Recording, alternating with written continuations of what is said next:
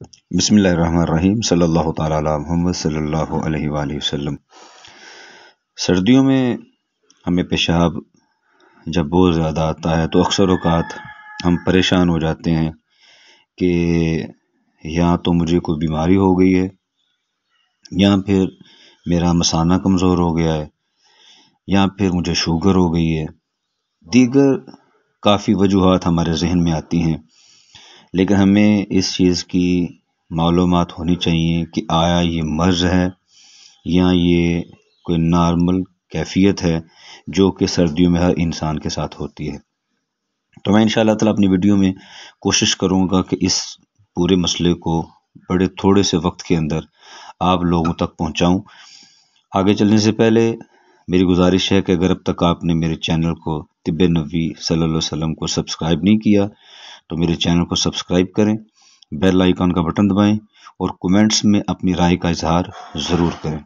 میں عرض کر رہا تھا ناظرین کہ سردیوں میں جب ہمیں کثرت سے پیشاب آتا ہے، رات کو بار بار اٹھنا پڑے، پھر دن کے وقت بھی اگر ہمیں اپنے کام کا چھوڑ کے بار بار جانا پڑے، تو بس اوقات ہم لوگ یہ سوچ لیتے ہیں کہ میں بیمار ہو چکا ہوں، شوگر ہو گئی ہے، یا جو میں نے آپ کو عرض کی کہ میرا مثانہ کمزور ہو چکا ہے۔ اب سب سے پہلے دیکھنا یہ ہے کہ ہماری عادات کیا ہیں۔ عادات سے مراد کہ ہم کھاتے پیتے کتنا ہیں، ہم مشروبات مطلب کولڈ ڈرنکس یا پانی یا چائے یہ کس حد تک لیتے ہیں، یہ بھی ایک چیز دیکھنے والی ہوتی ہے۔ اس کے بعد دوسری چیز جو ہمیں نے اپنے ذہن میں نوٹ رکھنی وہ یہ کہ سردیوں میں ہماری باڈی سکڑ جاتی ہے، ہمارے اعضاء سکڑ جاتے ہیں۔ جسم کے اندر پانی کی مقدار کو سیو رکھنا، کنٹرول رکھنا گرمیوں کی نسبت یہ بہت کم ہو جاتا ہے۔ اعضاء پانی کو ہولڈ نہیں کر پاتے۔ اعضاء سے مراد صرف ہمارا یورینری سسٹم نہیں ہے، یعنی پیشاب کا یا گردہ مثانہ کا جو نظام ہے صرف وہ نہیں ہے، بلکہ پورا جسم پانی کو زیادہ ہولڈ نہیں کر پاتا، جس کی وجہ سے ہمارا جسم سکڑ جاتا ہے اور ہمیں پھر زیادہ پیشاب آتا ہے۔ یہ ایک نیچرل یعنی قدرتی کیفیت ہے۔ ہاں، اللہ نہ کرے ایک دفعہ اپنا شوگر ٹیسٹ بھی کرانا چاہیے۔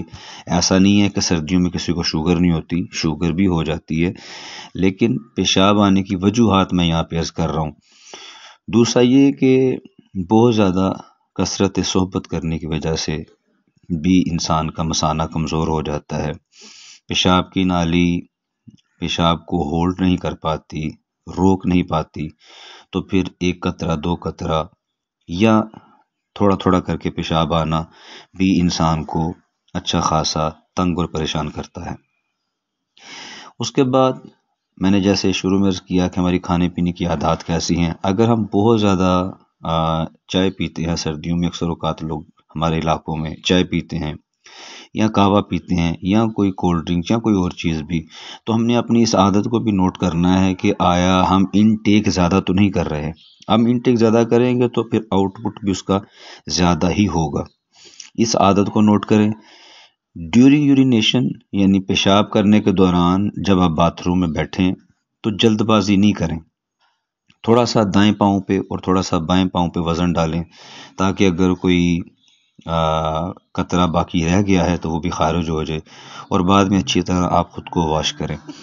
لیکن یاد رکھیے گا، یہ سوچ رکھنا کہ میں واش روم میں جاؤں گا تو مجھے پیشاب آ جائے گا، اس سے آپ کا نرو سسٹم آپ کے یورینیشن سسٹم کو، یعنی آپ کا جو اعصابی نظام ہے، دماغی نظام ہے، وہ آپ کے یورینیشن سسٹم کو پیغام بھیجتا ہے کہ پیشاب ریلیز کرو، یورینیشن ریلیز کرو، تو اس سے پھر کوئی نہ کوئی قطرہ نکلتا رہتا ہے۔ ایک دفعہ جب آپ اچھی طرح سے فراغت اختیار کر لیں اور آپ کا مثانہ کمزور نہیں ہے تو پھر آپ کو بار بار پیشاب کرنے کی حاجت نہیں۔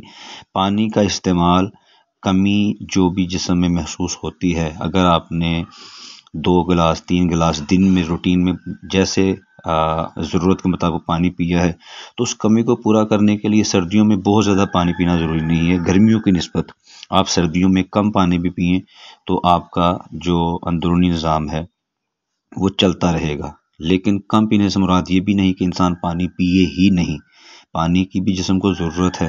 یہاں ہم نے اپنی عادات، اپنی اطوار اور اپنے چلنے پھرنے کے معاملات کو ذہن میں رکھ کر کے ہی کوئی بھی ڈرنک، میں نے جیسے نام لیا چائے کا، کہوے کا، پانی کا، کچھ بھی جو بھی ہم لیتے ہیں، ہم نے یہ سوچ سمجھ کے استعمال کرنا ہے۔ اب آخری ضروری ٹیکنیک، طریقہ کار کہ اگر یہ مسئلہ ہے تو اس کا علاج تو بڑا آسان طریقہ یہ ہے کہ آپ پانی کے اندر شہد کا استعمال کریں، اس سے آپ کا مثانہ مضبوط ہو جائے گا۔ اور طب نبوی سے بھی یہ چیز ثابت ہے کہ یہ چیز بہت ساری بیماریوں کے لیے فائدہ مند ثابت ہوتی ہے جن جن پیشنٹس نے یہ استعمال کیا۔ ہاں، یہاں ایک چیز جو بڑی ضروری اور قابل دید ہے اور ذہن میں رکھنے والی، وہ یہ ہے کہ شہد آپ کا اصلی ہونا چاہیے۔ اگر شہد آپ کا نقلی ہے تو پھر وہ رزلٹ آپ کو نہیں ملے گا جو اصلی شہد آپ کو دے سکتا ہے۔ تو یہ جو چند بنیادی چیزیں میں نے آپ کو عرض کی ہیں، اس کے علاوہ اگر کوئی چیز آپ کو پوچھنی ہو تو میرا نمبر یہاں نیچے موجود لکھا ہوگا، اس نمبر پر آپ رابطہ کر سکتے ہیں۔ میرا واٹس ایپ بھی بنا ہوا ہے، کسی ٹائم بھی پاکستان میں، پاکستان سے باہر انشاءاللہ تعالی میں مناسب وقت پہ جواب بھی دوں گا، اور اگر دوائی کی کہیں ضرورت ہوئی تو وہ بھی دوں گا۔